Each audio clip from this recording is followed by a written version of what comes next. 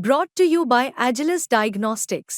Health test की बात आती है तो मैं भरोसा करता हूँ India's largest diagnostics company Agilus diagnostics. खुद को टेस्ट करते रहो।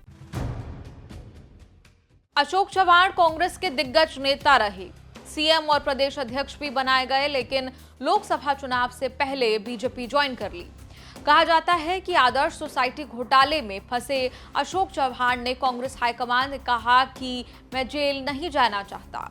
कांग्रेस ना तो अशोक चव्हाण को रोक सकती थी, ना रोकने की कोशिश की। अशोक चव्हाण के बीजेपी जाने का जश्न कांग्रेस के एक ही नेता ने मनाया। वसंतराव चव्हाण खुलकर कहते थे कि अगर अशोक चव्हाण बीजेपी में नहीं जाते तो उन्हें चुनाव लड़ने का मौका नहीं मिलता।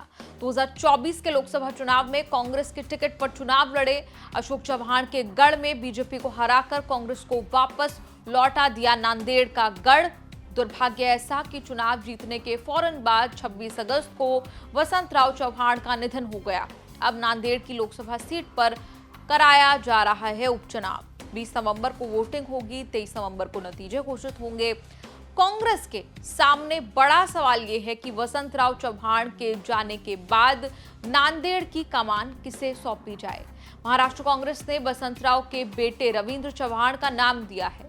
ऑफिशियली महाराष्ट्र कांग्रेस ने हाईकमान से सिफारिश की है कि रविंद्र चव्हाण को ही नांदेड़ उपचुनाव के लिए कांग्रेस का उम्मीदवार बनाया जाए।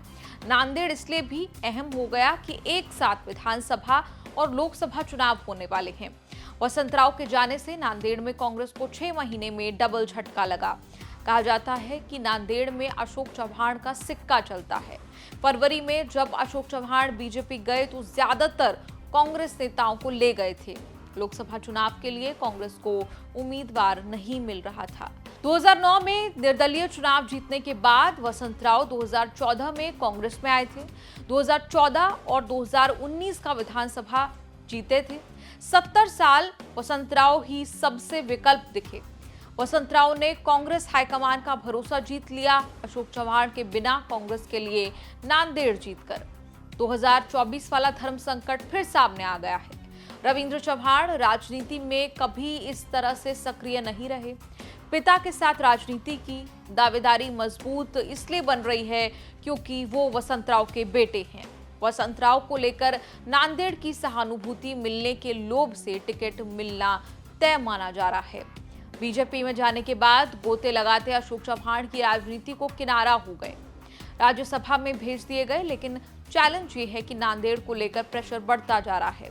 कांग्रेस होते हुए 2014 में अशोक चव्हाण ने मोदी लहर के बाद भी नांदेड़ जीतने का करिश्मा किया था, लेकिन 2019 में चव्हाण बीजेपी से चूक गए। 2024 में वसंतराव चव्हाण ने कमाल कर दिया। विधानसभा चुनाव के साथ लोकसभा चुनाव होने से अशोक चव्हाण पर प्रेशर बीजेपी से है। नांदेड़ लोकसभा उपचुनाव भी निकालना है और 6 विधानसभा सीटें भी। चैलेंज ये है कि पूरा नांदेड़ में फिलहाल कांग्रेस का बोलबाला है। नांदेड़ मराठा बहुल सीट मानी जाती है, जिसके आरक्षण के लिए आंदोलन छेड़कर मनोज जारंगे पाटिल ने बीजेपी एनडीए की नाक में दम किया हुआ है। कांग्रेस को इसका भी फायदा मिला था। 2019 के लोकसभा चुनाव में तो कांग्रेस नांदेड़ की लोकसभा हार गई, लेकिन विधानसभा चुनाव में कांग्रेस ने 6 में से 4 सीटें निकाली थी। 2024 का लोकसभा चुनाव भी जीत लिया। यही सब सोच समझकर महाराष्ट्र कांग्रेस अध्यक्ष नाना पटोले ने पहल की। नांदेड़ जिला कांग्रेस और महाराष्ट्र कांग्रेस की सिफारिश के आधार पर रविंद्र चव्हाण का नाम हाईकमान को दे दिया। अब कांग्रेस ने वसंतराव के बेटे रविंद्र चव्हाण को टिकट दे दिया। बीजेपी के लिए विधानसभा और लोकसभा उपचुनाव जीतना दोनों टेढ़ा हो सकता है। बीजेपी के टिकट के लिए पूर्व सांसद प्रताप पाटिल चिखलीकर ने फिर दावा ठोका है। प्रताप 2019 में जीते थे, 2024 में हारे। आपका इस पूरी रिपोर्ट पर क्या कुछ कहना है? आप कमेंट्स में लिखकर अपनी राय जरूर दें और देखते रहिए न्यूज़ तक।